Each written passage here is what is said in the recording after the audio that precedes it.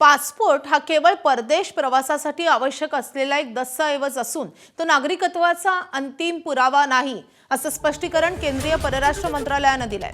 हा दस्तऐवज केवळ भारतीय नागरिकांना जारी केला जात असला तरी त्यावरून एखाद्या व्यक्तीचं नागरिकत्व सिद्ध होत नाही, असं अधिकाऱ्यांनी बुधवारी स्पष्ट केलंय।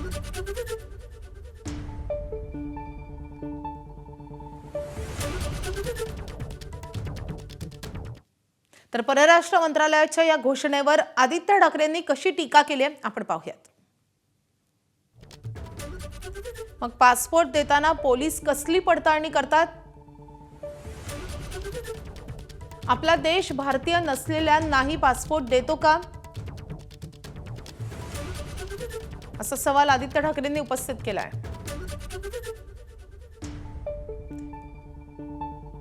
तर या घोषणेमुळे इतर देशांच्या मनात संभ्रम निर्माण होईल।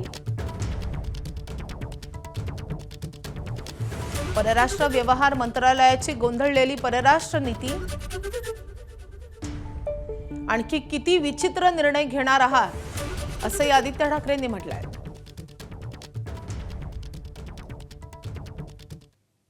तर ओवैसींनी देखील या घोषणेवरून टोला लगावलाय। त्यांनी नेमकं काय म्हटले ते पाहूयात।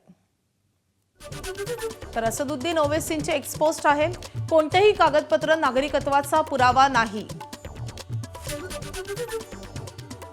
2030 पर्यंत भाजपचं ओळखपत्र हाच नागरिकत्वाचा पुरावा, असं म्हणत ओवैसींनी देखील टोला लगावलाय।